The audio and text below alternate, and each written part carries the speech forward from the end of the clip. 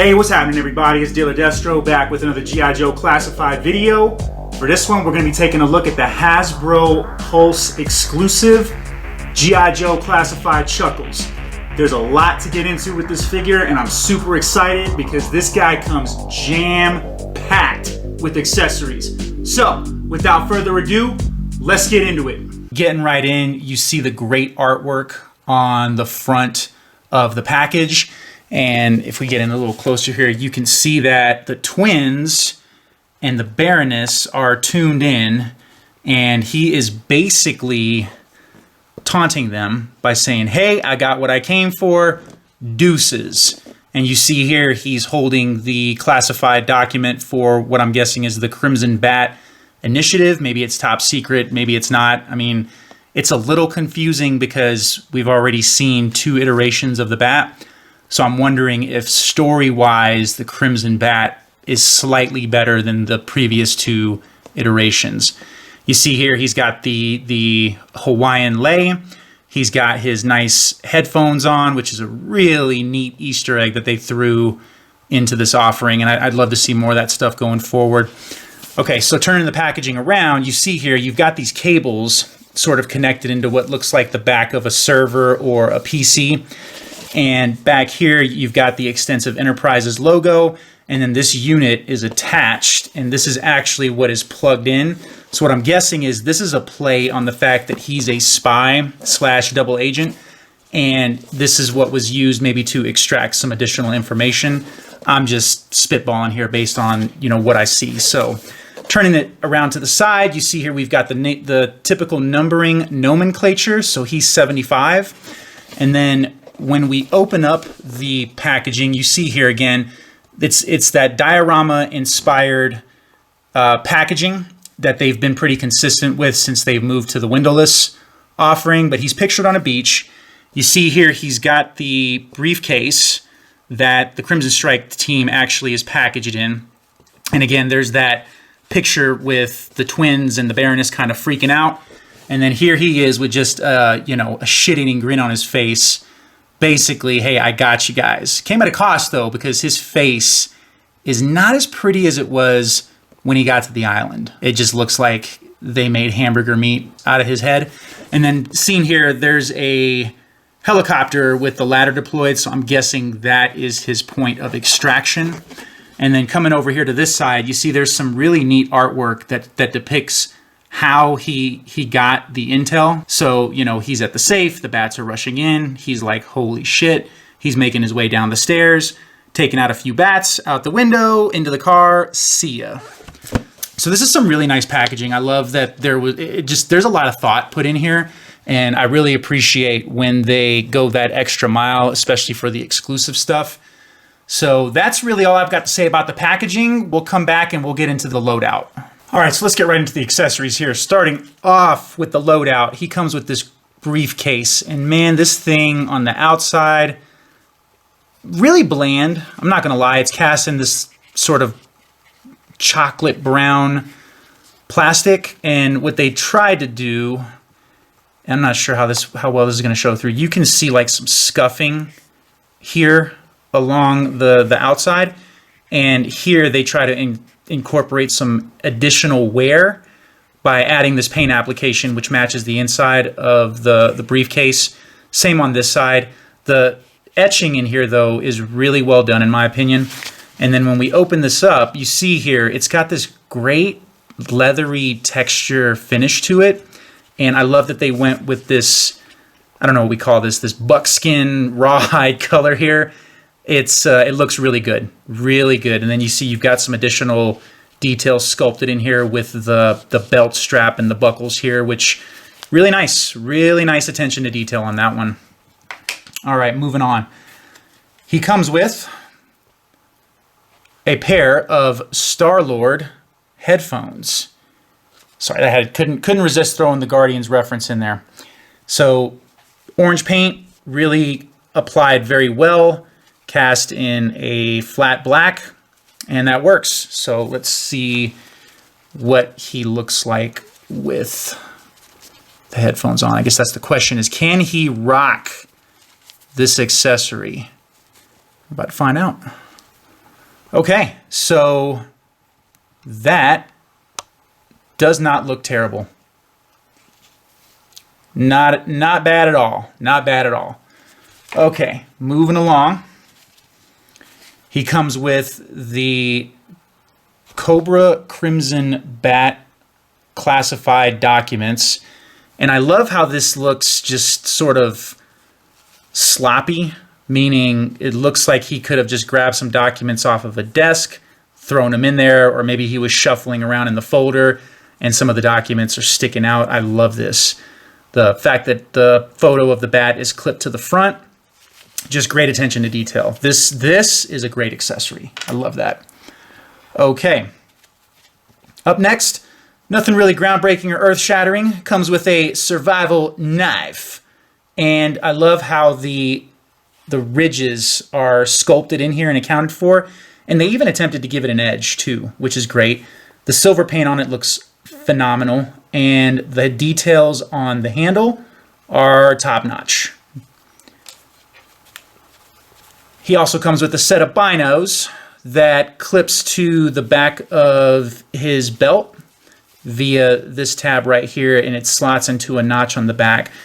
The only thing I'll say about this is this looks really well done. However, some of these accessories that have, where they have opportunity, I guess, is they could apply some of that reflective paint like they did to Snow Job's goggles, or maybe even to his glasses accessories, which we'll take a look at next, to just bring some more life into these accessories. I mean, they look really dead, and you know, it's really a minor nitpick, but again, you know, if you want to take it to the next level, which G.I. Joe is always known for doing, that is one area where we could see some improvement. So again, clips right into the back of the belt, and that stays on with no problem.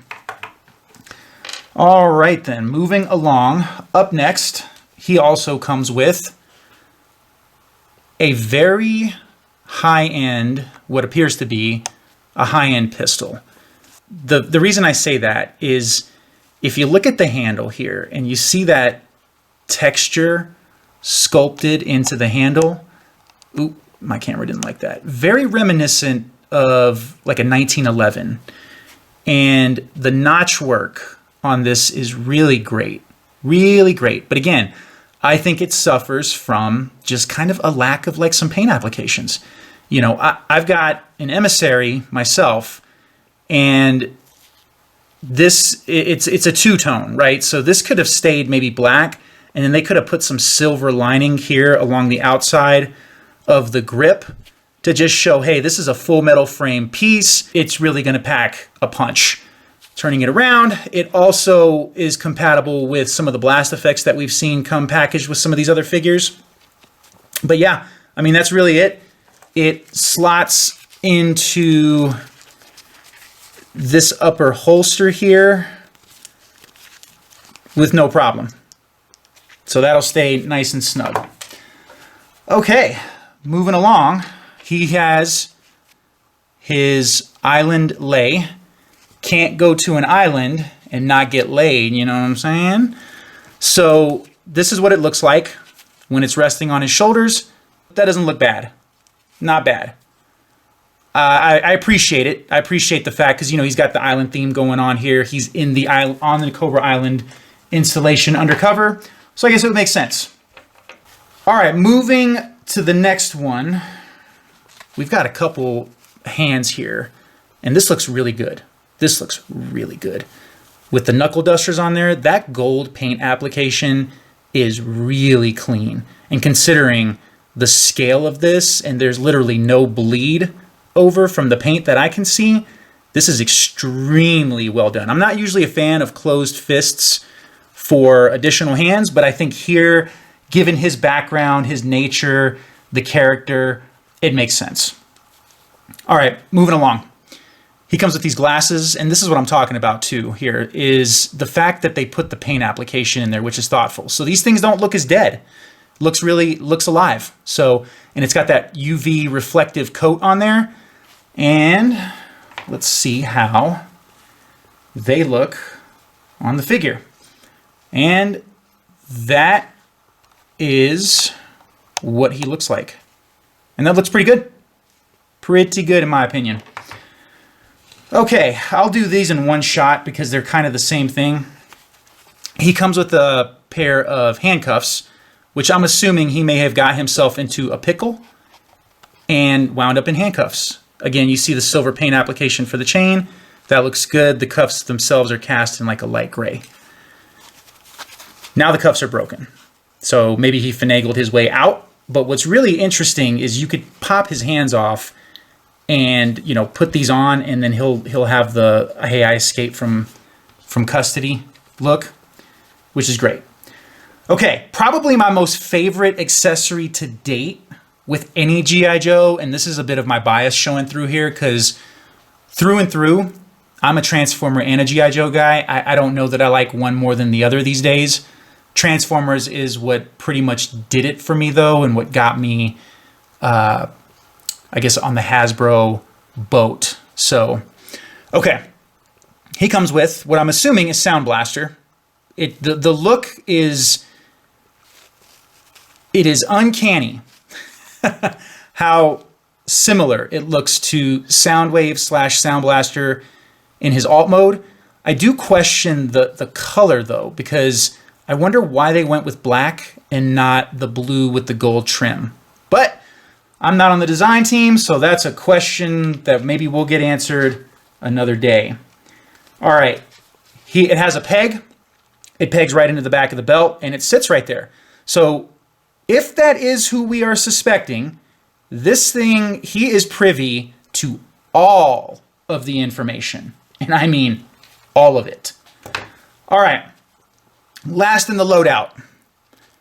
This alt head is insane. Insane how detailed this is and why my camera is not cooperating with me right now. There we go. Oh boy, come on. Yeah, oh, there it is. Okay, look at that detail. Missing a tooth, eye swollen shut, scars or scratches on his forehead, his nose is swollen, probably broken, and that bruising with the paint application there, or I'm assuming it's paint, is very, very remarkable. This is probably one of the better alternate heads that I've seen included in this line to date. So I will leave it at that. And this concludes all his accessories, which, boy, he is top heavy with those. So we'll come right back and we'll actually get into the figure itself. Okay, so delving right into the main product offering here. I'm just going to say that on a shelf, this guy is going to stand out probably more than the rest. And that is solely because of his shirt. Holy moly. They did a phenomenal job with the paint applications on his shirt. The Hawaiian theme, they nailed it. And the way that it's applied, it is crisp. Crispy, crispy, crispy, like a pair of freshly ironed slacks. So let's get right into them here. Let's zoom in first on the shirt because I want to talk about this. Look at the cleanliness of these applications. It looks very, very well done. Very well done. I can't stress that enough. And I mean, it's nothing groundbreaking, but you want to talk about capturing the essence of the character, they nailed it. They absolutely nailed it.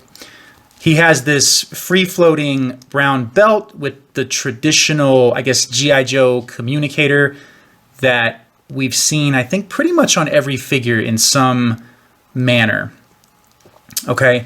The one thing that I'm going to say does bug me, though, right out the gate, is they've been doing a really good job of transitioning off of the pinned joints to these pinless joints.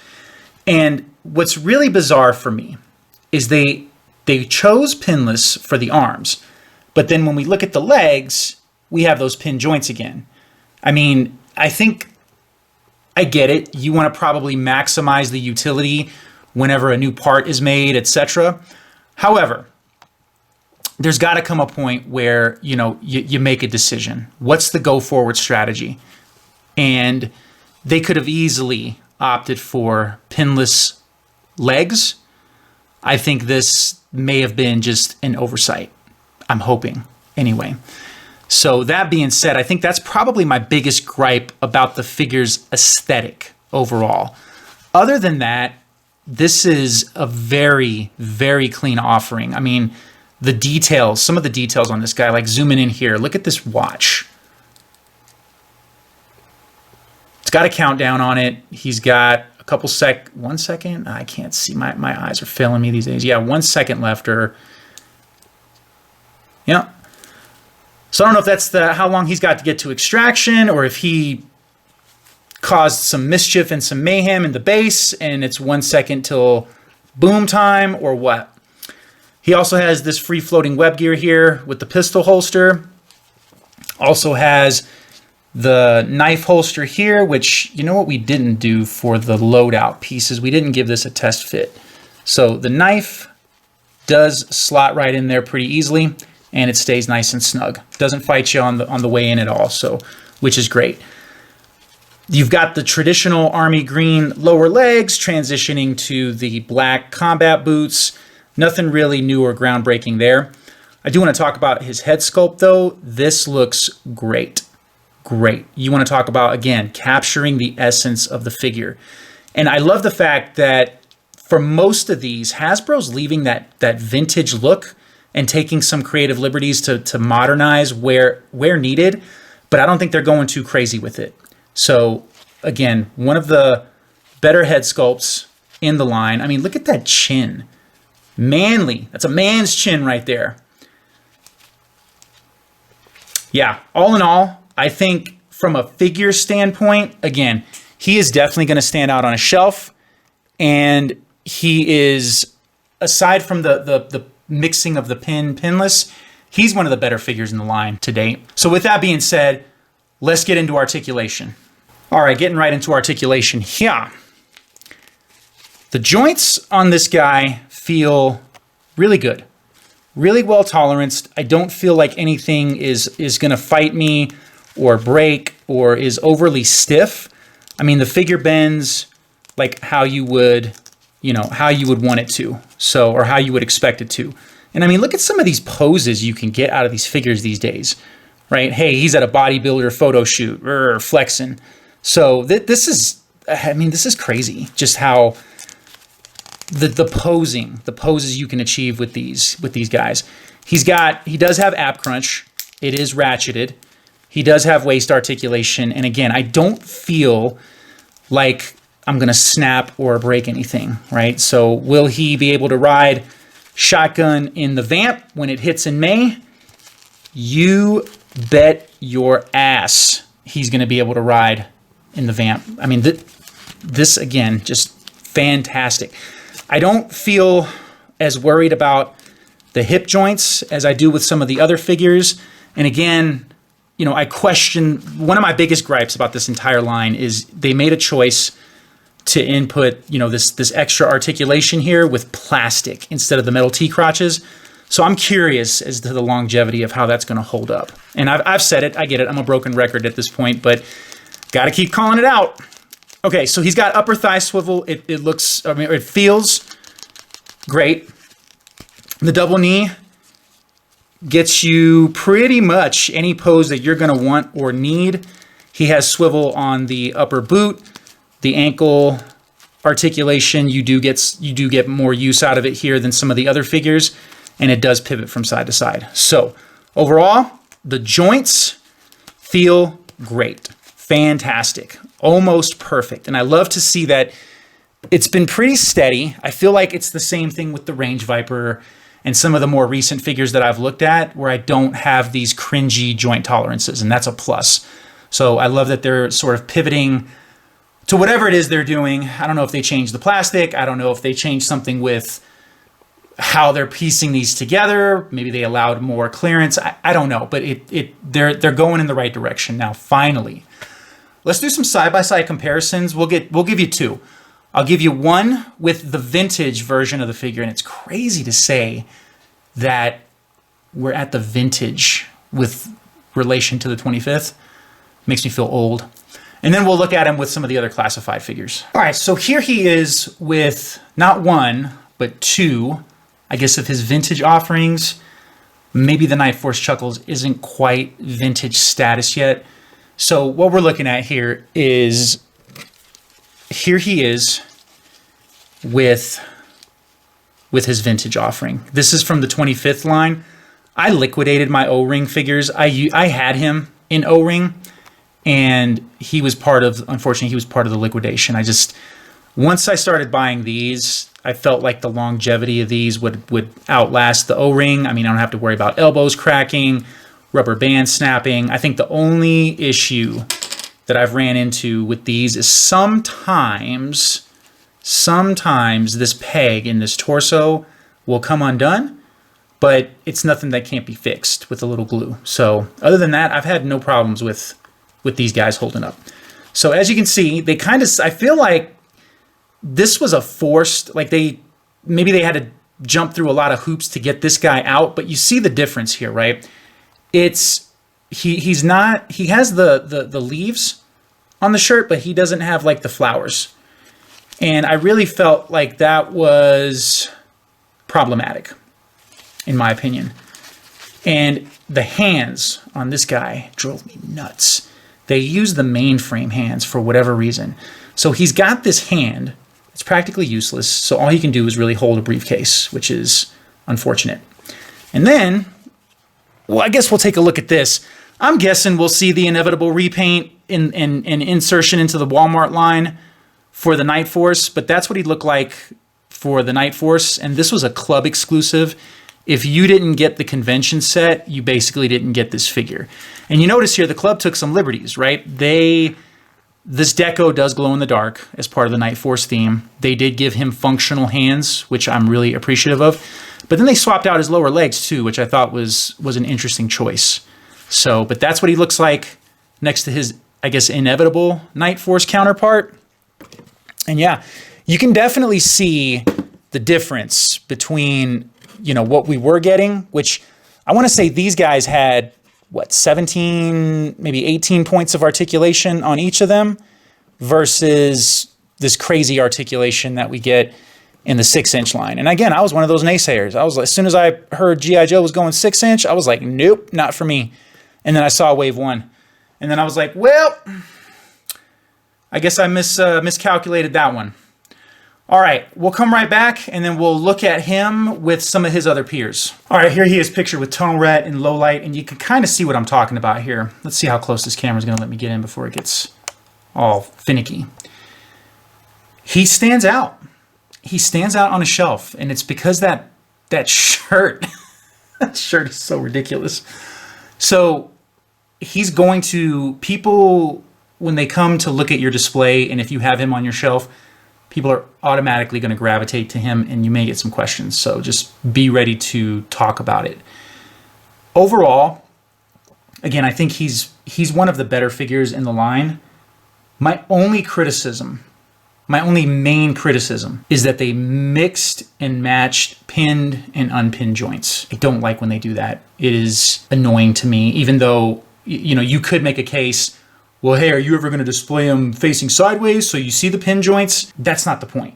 The point is, when they were going through what parts to use, they could have used Stalker's legs. Stalker has pinless legs. They probably could have even used Tunnel Rat's legs.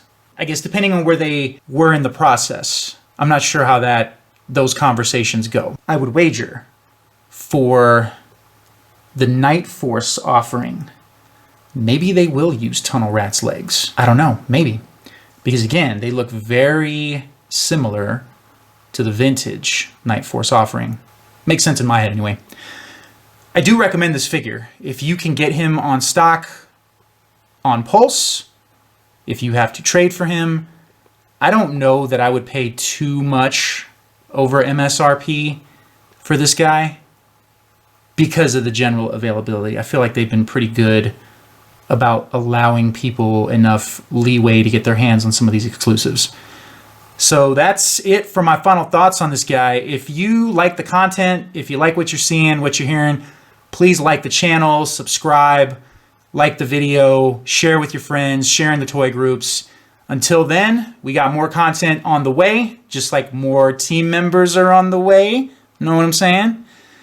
All right, all jokes aside, till next time, hope y'all stay well and take care. Thanks for tuning in, everybody.